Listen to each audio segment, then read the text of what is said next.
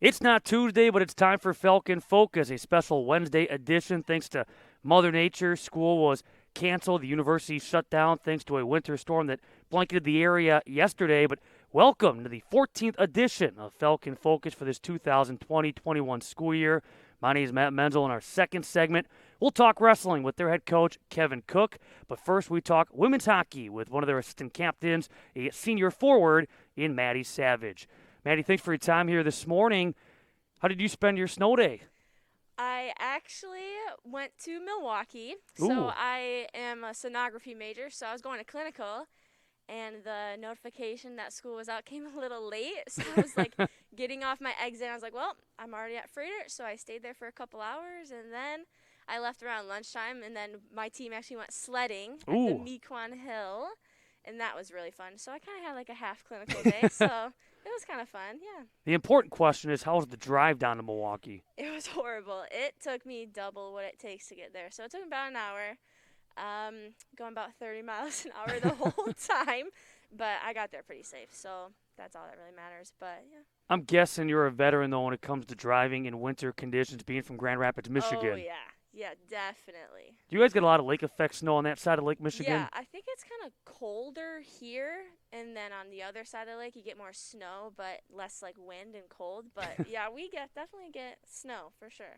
Let's talk hockey, and it's been, like every other sport, a very unique 2020-21 school year and season. You guys started way back in the fall, Yeah. training camp. Eventually, first game was on the 21st of November. Let's start by talking about training camp and how that looked different this year from years past. Yeah, it was pretty different. So we do captain's practice for like a month before the official season starts in early October. That wasn't that different. The only thing that was really different was we were really hounding on wearing our mask, not spending time with outside people really. So we were kind of trying to be strict on that, but still having fun. It was definitely something different, especially me and the other two captains, Emily and Allie. We were kind of dealing with kind of hounding on people to follow those rules, but it wasn't that different. We kind of were split up in groups at first on the ice, kind of trying to spread out, but we still wear a mask on the ice still now too. It was definitely something a little different, but we managed it. We made it work. So Has that been an adjustment wearing the mask on the ice? what was that? Has that been an adjustment wearing the mask on the ice? Oh yeah, definitely hockey. I mean, you're breathing heavy in the cold air. Sometimes really is hard on your lungs, but we're kind of used to it now. Especially, it's like giving your lungs exercise pretty much. So, no, we've definitely adjusted for now. Something we saw back in October, one of the practices before an ACHA hockey game was a women's practice in costumes for Yeah. Halloween. Is that something new, or is that something you guys have been doing for a No, while? that's pumpkin cup. The That has pumpkin the cup. pumpkin cup. We've done that for years. It's just the last captain's practice of every year. You kind of split into like four teams with like five girls on each team, and you pick a costume and you make it, and it's a really fun thing. And it's sometimes we kind of like mimic like the NHL like games that they kind of play with a bunch of different kind of sections like skills or speed or fun. So that yeah, it's definitely a historical thing that we do here. So, what was your costume this year, and has it gotten better with every passing season? I think the best one I think I did last year was we did like bowling balls. Ooh. Like the goalie was like the ball and then we were cones. So she kind of we got a video of her like sliding into the team. That was probably one of the better costumes. So Do you guys have a contest to see who has the best costume, or is it just, you just dress up and have fun with it? I think sometimes we do. We kind of all just verbally vote like you guys had the best ones or we just know. Some people go harder than the other groups, but it's mostly whoever gets the most points, like that wins each challenge. But that's mostly how it goes. Now, from a hockey standpoint, game wise, not a huge difference in the sense that you guys got through your season last winter, and then as far as the season starting, it was a little bit later, but not a ton, as you got your first game in on the 21st of November at Trine. It was a 2-1 loss in overtime. I guess first of all, just how exciting it was, even though again not affected big time, but still to get back on the ice and have game action finally on the 21st of November. Yeah, we were definitely all hyped up for that, even though we knew it wasn't really, I mean, like kind of like a huge, yeah, kind of like deal to us, but it was, we were all very hyped up just to even get one game in. And then we had Maddie Chapman. She was a senior. She Hmm. graduated a little early, so that was her first and final game, kind of, so we were all kind of playing for her too. It was intense. We were really just excited as it is just to play, just to get one game in. So that was really fun. We hear so much during this COVID-19 era about this change, that change. One thing that doesn't often get talked about, outside of the social distancing is a bus trip. Does that look different now from typical bus trips in the past? Yes. So this past weekend when we went to Marion, we only took one bus. But before that, we took two. So we each had our own aisle, Whoa. kind of row, which is nice. I mean, you Absolutely. get your own space. But it's definitely more fun having everybody on the same bus. You interact with everybody different, and then you kind of pick a bus, and you're like, well, now I don't have my buddy on my bus. But that was kind of hard, all of us not being on the same one. But this past weekend, and I don't know this weekend if we're doing that or not, but since we're all testing so much, doing surveillance testing, and we're required to wear masks, it's a little easier to still take that one bus. But it was challenging, yeah, definitely. This weekend, the hockey team is up in Minnesota. They will play at Hamlin on Friday, at Bethel coming up on Saturday. I want to talk, though, okay, so you play at Trine on the 21st of November, and I know typically in the hockey season, you get that little bit of a break between maybe the first week of December into January. A little bit longer of a break this time through. Did it feel different, though, in the sense that, okay, so that game at Trine happens, thereafter, at least for the next couple of weeks, you have no clue when the next game's going to be? Yeah, we had 6 weeks, I think it was, in between that game and then when we were on the ice next. So that was definitely really tough, having that big break and finding ice time. Like in Michigan, where I'm from, where I went home, the rinks were closed. So I wasn't even on the ice. But we definitely, again, I mean, you make it work. But it was really hard kind of coming back and getting your legs back. But, yeah, for the most part, I mean, you make it work. But So typically during that break, you're still doing hockey activity back home. Yep. Usually I pick up ice like with my old team, skate when I can. You work out. We have at-home workouts. Shoot, some people have nets in their basement, or you stick handle in your garage. Like you make anything work, yeah. You guys get the opportunity, easy for me to spit out, did get the opportunity to get back into game action. That was against Adrian, a home-and-home series on both January 15th and the 16th. A couple of tough losses against a quality opponent. What can you gain from an experience like that? I guess you look at a matchup like that. What positives can you take from those games? Yeah, like losing actually almost is a better lesson, I think, from my standpoint. Adrian's definitely a top team, like in the country, ranked. They're a fast team, so you learn how to react quickly but not nervously. You want to move the puck fast. You want to skate fast. You want to make plays fast. But that doesn't necessarily mean you throw the puck away. That's something you don't want to do, because a good team like that's going to grab it and they're going to take possession of it, and they're going to take it down the other end. But definitely playing those fast teams teaches you to be aggressive and quick with your decisions, which hockey is a quick game, so teaches you to be on your toes. Past Thursday started a stretch of 5 of the next 7. It could be 6 of the next 8, depending on how the schedule finalizes. But against Marion, a team you guys are going to get sick of real fast. But, and again, respectfully get sick of. And got the opportunity to face the Sabres on January the 21st. That was a 4-3 home victory. What a fun game. Okay, going into that matchup, special teams have been struggling a little bit finishing that power play. You guys get 4 power play goals in that game, which ties the program record for power play goals in a game. Yeah, I know. Yeah, we work on our units pretty a decent amount, definitely every week. We've been kind of spending a little more time than usual on them because they are so important. And we kind of have a history of not always finishing putting the puck in the net. Sometimes we shoot a lot, but we don't always score a lot. So I think our coach is really trying to hound that into us to finish, to get the puck in the net. So we spend a little more time on those special teams now. Now, to Marion's credit, they played comeback, made it interesting down the stretch. What was key? Okay, they had a 6-on-4 opportunity for the last minute and a half or so of that game. What was key to maintaining that lead and win the game? Yep, so when it's kind of like a 6-on-4, you have the opportunity, you really have to think defensive and not skate too hard where you kind of take yourself out of the play. So it's basically head on the swivel, watching your people, picking up people, making sure that everyone's covered.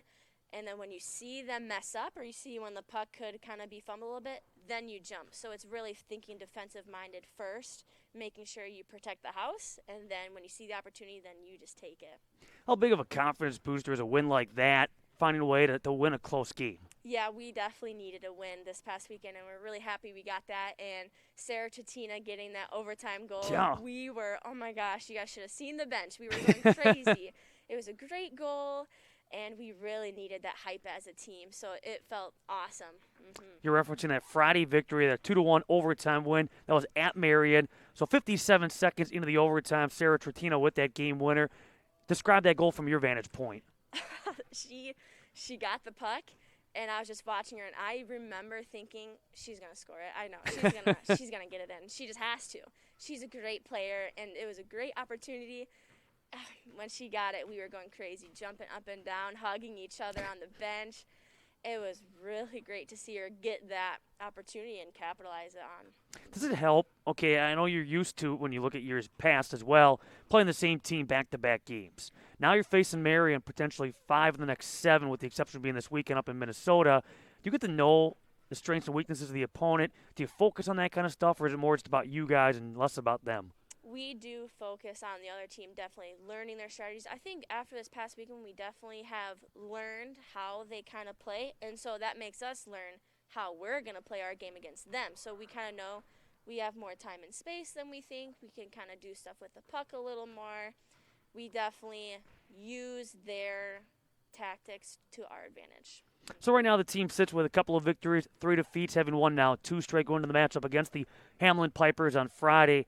As we sit here, okay, 5 games into this unique season, what do you like about the way things have started? What needs to continue to improve if this team's to have success going forward? Right. I definitely think we are getting better at working as a unit, kind of learning each other, especially like the freshmen, 'cause sometimes we have to learn how they kind of play their game. We definitely know we have to get shots on net and score. I think that's kind of, again, like a historical thing we've kind of struggled with the past couple of years. So we're kind of figuring that out, and definitely just working together, and puck movement is really important for us right now. You're one of the assistant captains. Allie Hall is the captain, one of the seniors, and then you have Emily Reimke, another assistant captain. She's a junior. As an assistant captain, what does that entail? What does that mean to you? I think the other two girls definitely are a little more, they're kind of organized, and they kind of, are really good at calling people out. I'm kind of more the fun one. I kind of bring the energy and bring the good attitude to the rink, and I think I'm more of like a role model leader, kind of like they look to me just to be a good example. So I'm kind of different than them in that aspect, but I definitely bring, the good energy, and I think that helps people out on the ice and off the ice too. Where do you find that positive energy, those positive vibes? I don't know. I just have always kind of been like that, like seeing the good in things and seeing everything as an opportunity. I think that helps too, that even if something negative happens to you or something bad's going, you learn from it and you move on and you still live life, I guess. I guess that's kind of how I think of it. So you're caffeine free. Like you're just let's I am go. caffeine free. That's outstanding. I drank coffee this morning for well, the there you first go. time, and I was telling my class, I was like, "You guys, I'm buzzing right now." It was actually really funny, but nope, just basically water. Yeah, nope, living life. Well, we mentioned you came from Grand Rapids, Michigan. Why Concordia? So I got recruited to play hockey here. That's how I found the school. I never heard of it before that. And then I found out that they have a good sonography program, so ultrasound, and that I knew I wanted to go into that. So it was like a double win, really. Pretty close to home, 5 hours. That's not too bad, but away from home enough. But I could go home if I wanted to. That was a big thing for me, too, kind of staying in the Midwest area. Got the opportunity to play in 49 games in your first 2 seasons combined. I guess what did you learn from those experiences? What was the biggest adjustment going from one level to now the collegiate game? Right. Actually, college was a kind of a big step up in a different way preparing for the game. So when I played travel hockey, it was like you got to the rink an hour before. You did a quick warm-up, you got dressed, and you got on the ice. But college is 2 hours before you get there. You kind of take your time, and then you have a little warm-up, and then you have another more time before you get dressed. So I had to learn how to, fill those spaces of time and keep myself busy. That was probably the biggest adjustment, I think, really, is the pregame preparation. And then I read what's kind of, we use the term unique. It's been a unique season. It was a unique season for you last year, too, where you served as a student assistant coach. How did that come about? So I couldn't play last year because of my program. It just kind of affiliated. It really clashed with the hockey schedule. So I just kind of picked up and was like, Coach, I still want to be involved. I want to be with the girls. But it was more on my time. So that was really fun. I think that kind of helped me with, my good attitude, Mm-hmm. helping people, keeping them in line, keeping them upbeat, and giving people pointers when I can, but not overstepping the coaches. Like, you can't coach them, but you're kind of just their pal. You're just there to help them. It was definitely an interesting experience. Could you see yourself maybe tapping into that coaching at some point down the road, maybe in some capacity, whether it be a head coach, maybe as a volunteer assistant, as an assistant at some level? Yes, I definitely see myself as a coach in the future. Probably going to give it a couple of years. I would love to coach like a higher level girls team. I think I connect with people really well, and I can kind of give them my point to learn hockey. I definitely see myself doing that for sure. So I'm venturing to guess that opportunity has kind of helped you in your current role as an assistant captain. It's again getting to know the players at a different level, and then it just kind of carries over. Exactly right, yeah. So let's talk about from a career standpoint some of the highlights. Okay, so for you right now, and hopefully the best is yet to come. But at this moment, what are the highlights, or what memories do you have from your first now 2 plus 3 years with this program? Definitely, I think the outside activities we do, like sledding, that's Yeah, also a historical thing. We do that usually every year. That's definitely a highlight of the year we all think about. And again, Pumpkin Cup, that's definitely another really memorable thing we do every year. Really, just being at the rink is such a good atmosphere, and that's something that I take away every day. And that when I leave, I'm going to miss being just at the rink. It's like your other home away from home. do you have a favorite road trip? Um, Not really. Sometimes we go to Finlandia, so that's in the UP. That's like 8 hours. That one's not as fun. But I like the 5 hour trip, so you can kind of take a nap, you watch a movie, you listen to music, you prep a little bit, but not really like a specific area, I don't think. Well, I'm glad you said that because I'm going to ask you from a bus standpoint. Are you one of those that can sleep on a bus? Can you find a way to sleep on a bus? Or you have to be up at all times? Uh, it's tough. Like, I can't really sleep for more than like 20 minutes. I do like 20 minutes, wake up, 20 minutes, wake up. So it kind of goes back and forth, and I can't really sleep that long. I wish I could, but it's not super comfortable, but you make it work. Absolutely. Why hockey? Why play Yep. hockey? My gosh. So my older brother played, my dad played, and I just saw my brother playing. I was like, I want to do that. It looks really fun. I don't know, and I just stuck with it. You kind of try other Sure. sports, and you don't really fall in love with them, but I loved hockey. It's just a fast game, physical, really fun. The connections with your teammates is definitely different than other sports, I think, from the outside looking in, and it's just a great atmosphere. What other sports did you try? I think I did like softball, did gymnastics when you're really young, like all the girls do gymnastics, kind of. Played volleyball for a little bit, tennis for a little bit, but hockey was always the consistent one. Let's say you couldn't play hockey. What would be the backup sport? Lacrosse. I think Lacrosse? it's pretty close to hockey, but same thing, fast, physical.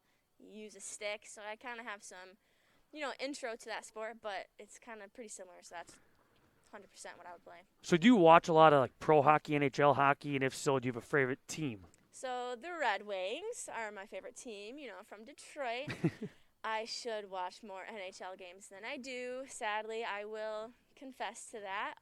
But I really like watching like the juniors, the USA team play. Those are younger guys, really fast. That's a fun game to watch too. To get to know you a little bit better, favorite food? Favorite food? I have a favorite dessert. Favorite dessert? Ice cream. I love ice cream. Any particular flavor? Chocolate, as much chocolate as possible. Do you have any hobbies or hidden talents? Let's see. Hobbies, kind of like something fun I do. I love house plants. So I take care of plants. And I think I counted 22 the other day. 22 plants in my apartment right now. They're little. So you got the green thumb. Yes, kind of. I just think they're fun to have in your space. Yeah, I think that's definitely a big hobby I've gotten to the past year or two. Favorite movie and or TV show? Oh man, I think I would say like Marvel series, anything Marvel, and The Mandalorian recently. I think I finished that in 4 days. So good. I like Star Wars too, but definitely, yeah, I like Marvel series is a good one too. Flip it around, your least favorite movie and or TV show. Oh my gosh. Least favorite? Maybe like the drama series like Vampire Diaries or like some kind of girly dramatic shows I don't really watch. It's more like I watch like the high intensity kind of action movies. So that stuff is kind of like a genre I don't really like. Biggest pet peeve. When people don't say thank you. Ooh. I actually thought of that right on the spot. Yeah, when people don't say thank you. Well, thank you for doing this interview. I Thank want to make you for sure. Well, having thank me. you. I want to make sure we got that covered. Okay, now we need the dirt. You're an assistant captain. Teammates. Who's the funniest on the team? I think some people would say me, but I don't think so. Oh my gosh. I think it might be a tie between Sarah Pearson and Colleen Gilligan. Those two together feed off each other. They're funny characters. Same with Sarah Chatina. They're all up there. Yeah. Most serious. Probably Emily Reimke. She's pretty intense. I think she's most serious, but she definitely has fun too. We all have fun. Most dramatic. Oh my gosh, I don't know. You're putting me on the spot, man. Most dramatic. It could be a couple of players. I don't know. Dramatic about like a situation or like dramatic in general? Just dramatic. I'll kind of feed off that. I think Allie Hole calls out people for being There you go. dramatic. She's like, oh my gosh, you're so dramatic. Like she kind of always has that line in her somewhere. She's funny with that. Loudest. I used to be pretty loud. Who else is the loudest now? Oh man, we're just a loud group in general. Maybe Sarah Varga. She's pretty loud. She's a pretty vibrant character. I would say she's pretty boisterous all the time. Who's the quietest? Allie Iden. She's a sophomore, but she's funny if you get her talking. Hey, I'll tell you, she's making a lot of noise on the ice, though. Oh my gosh, yeah, she's stepping up. She's had good games recently, but I think she's like a person that if you don't talk to, she'll just kind of be quiet. But as soon as you get her talking, she'll go off. What would your teammates say about you? Or how would they describe you? I think they would just describe me as, I don't know, goofy, like kind of like free-spirited, I guess. I don't know, just going with the flow, like pretty relaxed, pretty having fun.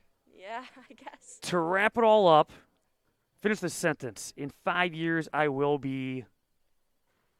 What are you hoping? I want to be probably in the greater Milwaukee area, doing a really good job at being an ultrasound tech and living a good, happy, stress-free life. There you go. Maddie, thanks a lot for your time. Appreciate it. Best of luck rest of the way as women's hockey will be in Minnesota this weekend. Again, Friday at Hamlin and then Saturday at Bethel. Next home matchup comes up against Marion on February 6th at 7 p.m. We switch from women's hockey to wrestling and their head coach, Kevin Cook, as we continue after this. You're tuning to Falcon Focus on CUWFalcons.com. Welcome back to this special Wednesday edition of Falcon Focus. Mother Nature changing our plans on Tuesday. The university was shut down thanks to Snowmageddon. Being joined by Kevin Cook, the fourth-year wrestling head coach for the Falcons, a 2006 CUW alum. And as always, we are socially distanced. The masks are on. We are spraying the aerosol to disinfect the air, and we got the hand sanitizer too, and all is well on this Wednesday. And Coach, let's start by, before talking about the current wrestling season, which got underway with a CUW duels on Saturday, 2019-20 recap. I guess how you look at that season. It was certainly a younger roster, number of freshmen and sophomores, only 3 seniors, and you guys found ways to certainly go out there and compete. Yeah, we competed really well that year, and like you said, we had a very young team, and we went to, I think we started 4-0, just like this year we started 4-0, and I think we ended up 6-4. And first time we had a winning record in I believe six since 2013 or something like that. So it was a very good year for us. We went down to Nashville, wrestled some duels there, and had Augustana, who we have this weekend, beat them first time in school history, and it was a very close match. So, but yeah, we had a very good year. we got injured, got plagued with the injuries in January, and we didn't perform at conference the way we thought we could. We had goals to take in third, and we just had some injuries, and we couldn't overcome it with a young roster, and we didn't have the depth that we needed. But all in all, it was a great year, and a very young program, and I'm seeing that growth and that this coming into this year. It's really exciting. Well, even last season, did you like the progress made by some of those youngsters? Yes, a lot of progress. I would just take one of my first recruiting classes, and then how they went from freshman year to sophomore year, and how they grew in between that whole year. They bought into the process. They believed in the system. They grew as a person and as a wrestler, and it really showed on the mat. And then we had a bunch of young kids who just really excelled at a freshman level on varsity, and it was really cool to see. I think and the guys started seeing it too. I think we got something really special growing here. Should be noted too, before we go too much further along, that for wrestling, you guys are in the College Conference, Illinois and Wisconsin, CCIW, and something that stood out too from last year that's carried over is not only the success on the mat, but also in the classroom. And you had 3 individuals last year that earned CCIW academic all-conference honors, a couple of NWCA Scholar All-Americans. You were one of those during your time as a Falcon. A couple of weeks ago, it was announced that 8 at the end of the semester had a GPA of 3.5 or higher. I mean, that's great stuff. I mean, again, we talk about the success on the mat, but these are student athletes, and again, getting it done in the classroom. Yeah, and you're exactly right. We always say that student first, athlete second, championship lifestyle. You become champions of both of them, and they're doing that. They're living a championship lifestyle in the classroom, academically and athletically.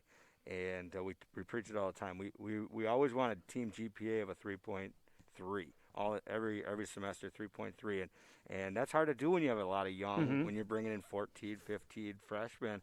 That's hard to do, and so we really try to do a lot with study tables and getting them to come together as groups, and finding everybody's role. And academics is first and foremost, and I think it goes hand in hand. If you're successful in the classroom, you're going to be successful in the wrestling room and on the mat, because you're a competitor. You got to compete all the time. You should be competing in the classroom and in the mat. So. How helpful do you think it is that you were in that position not terribly long ago, and again, you had a great deal of success both on the mat but also in the classroom?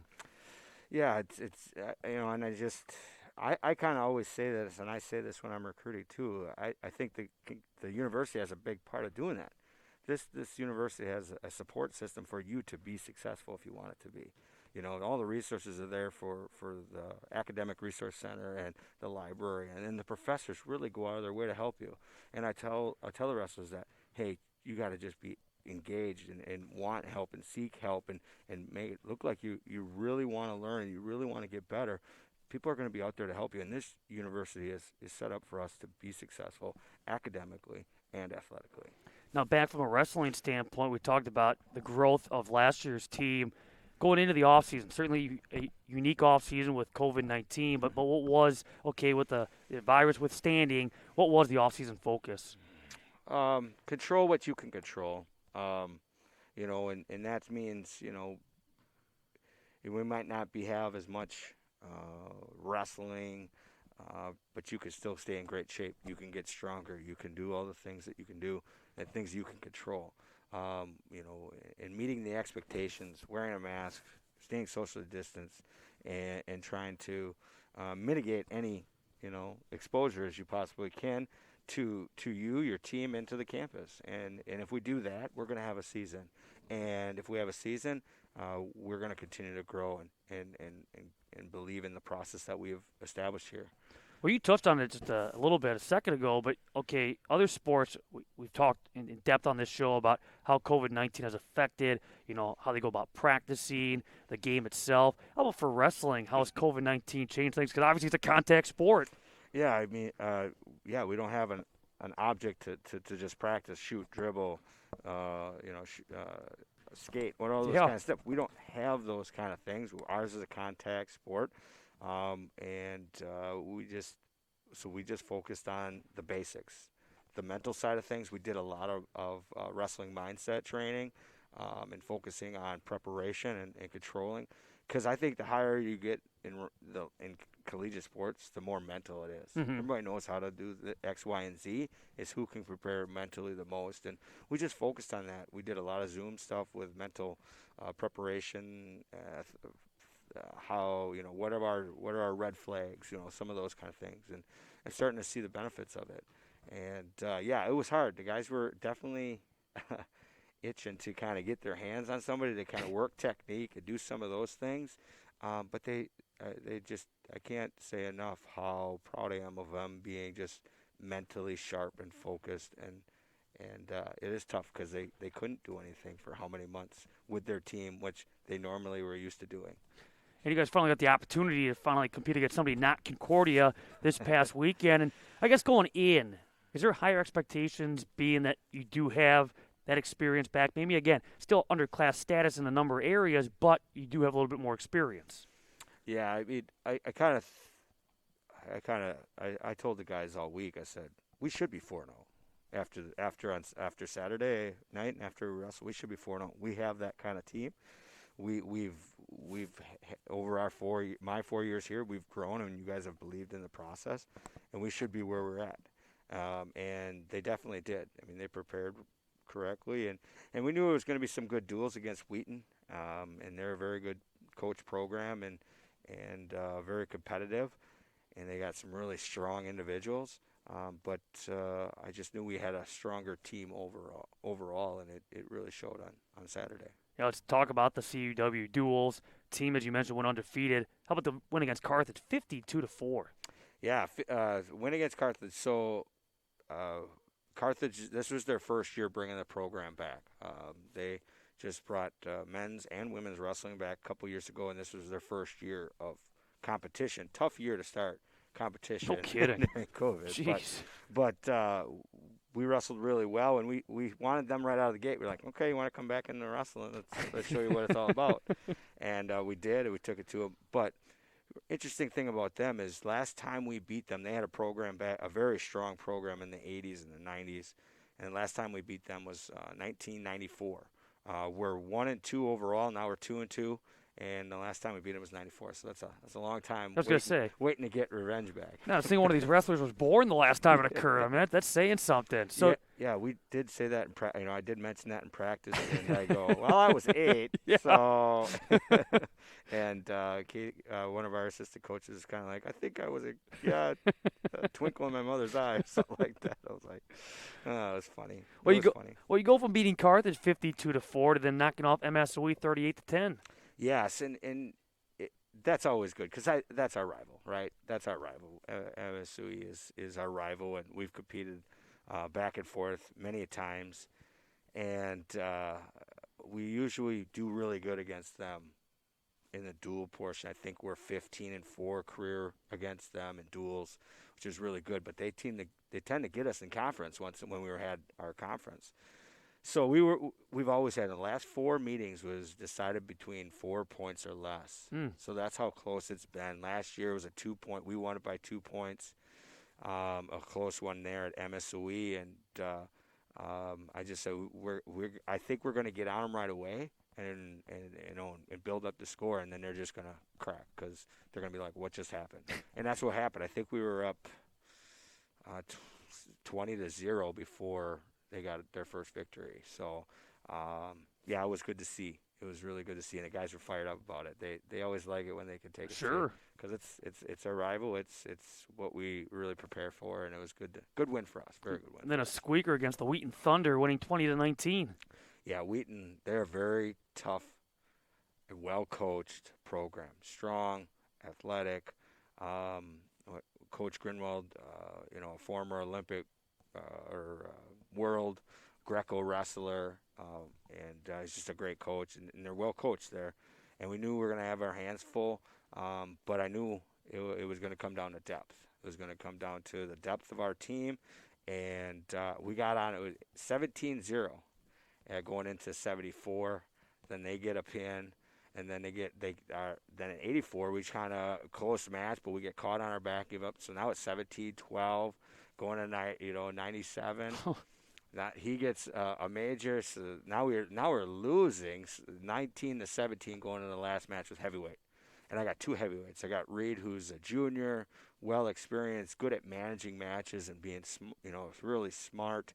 And then I got this freshman, Cam Mercer, and he's, just kind of a little bit more aggressive, but he's a freshman. And he's got a lot of good things. And I go up to him at the end of '84 when they got that pin. I said, well, whatever happens here at '97, whatever happens, if we're winning, Reed, I'm going with you because you manage the match and not give up the 6 and do all those kind of things. If we're winning, Cam, if we're losing, I want you to go out there and just wrestle your style. Go after it.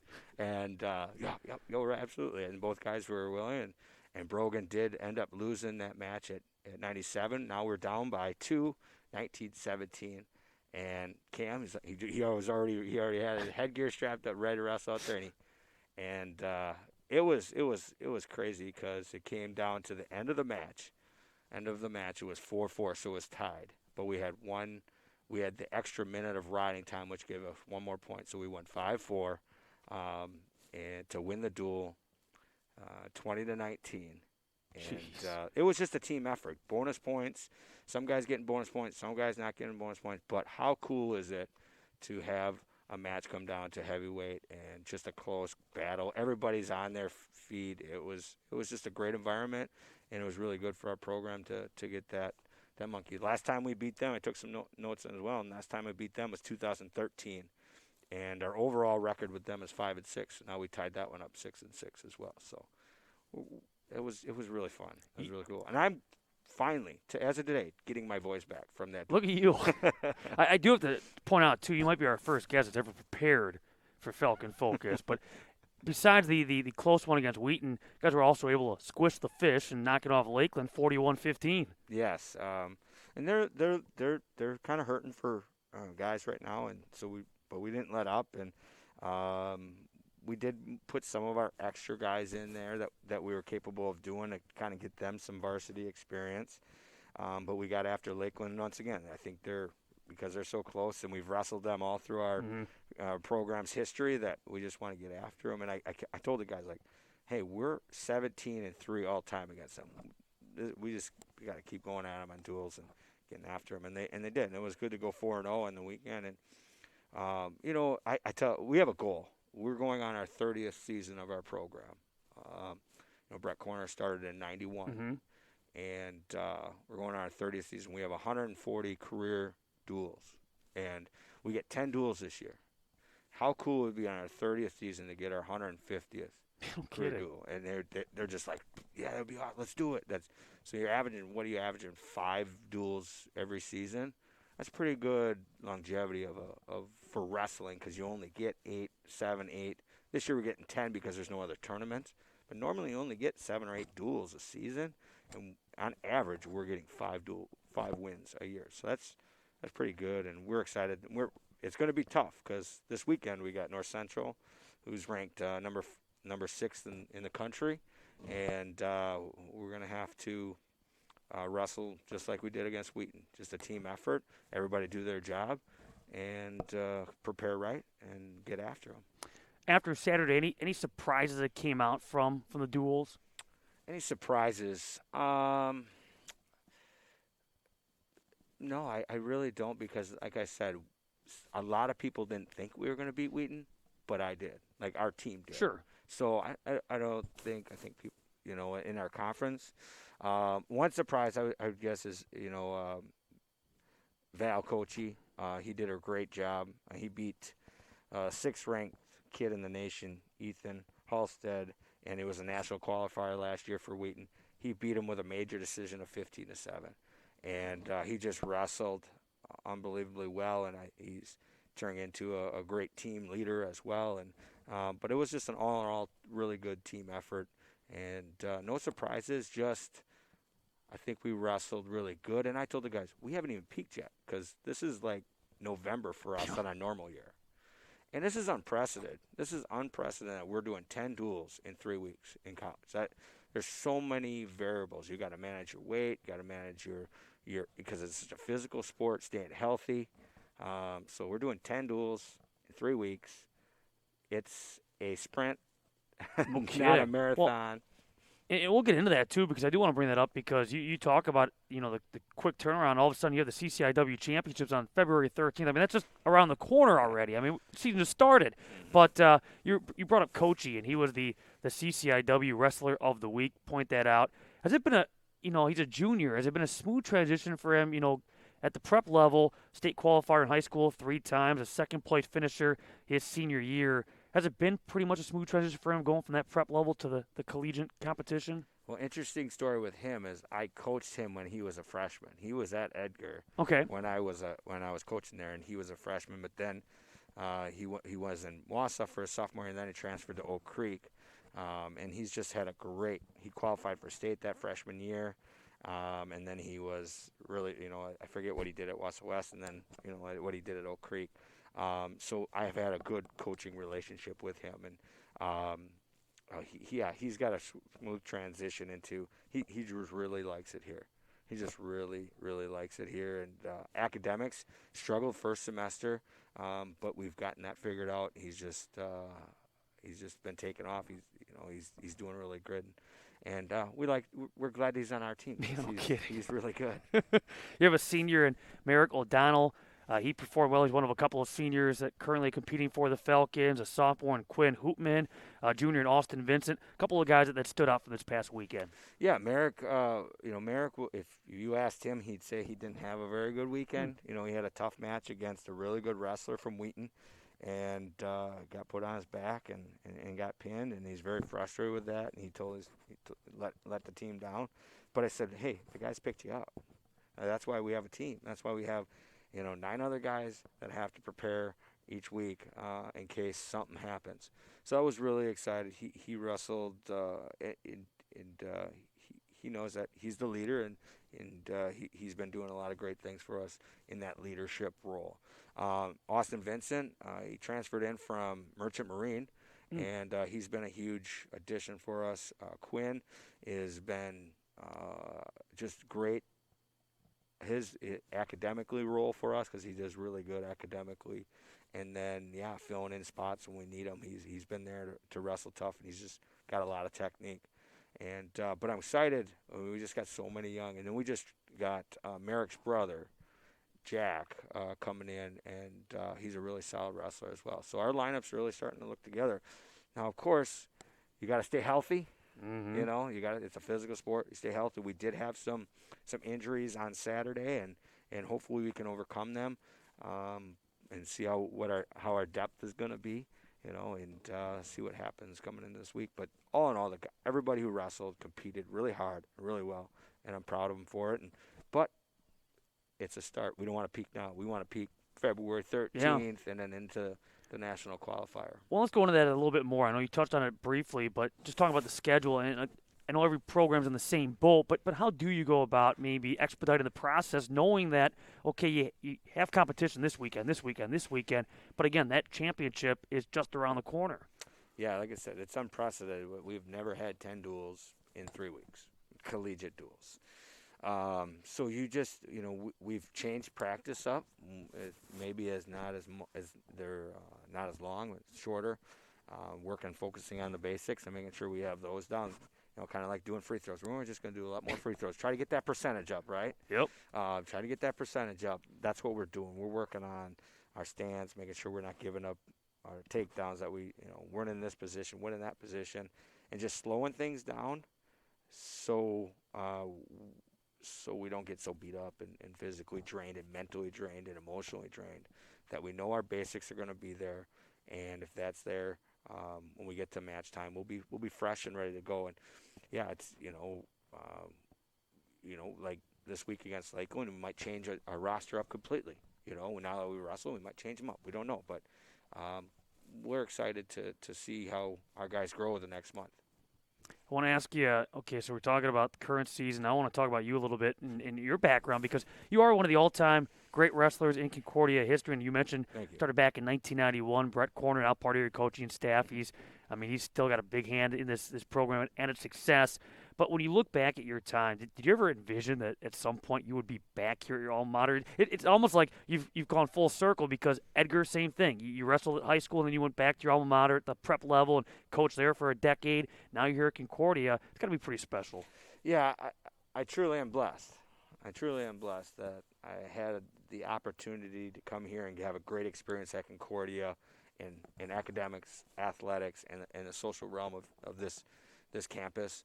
I just had a great experience all in all. And then going to the prep level and having the chance to go to Edgar, my prep alma mater, and give back to that program and build that program up to strength and to competing at a high level in the state of Wisconsin in the small divisions.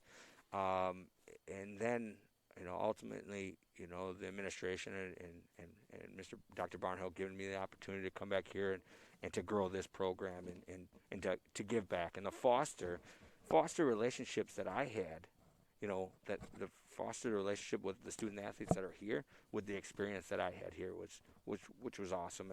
And I'm starting to see that, like, wow, I had a good experience this. I'm starting to see, that's my ultimate goal.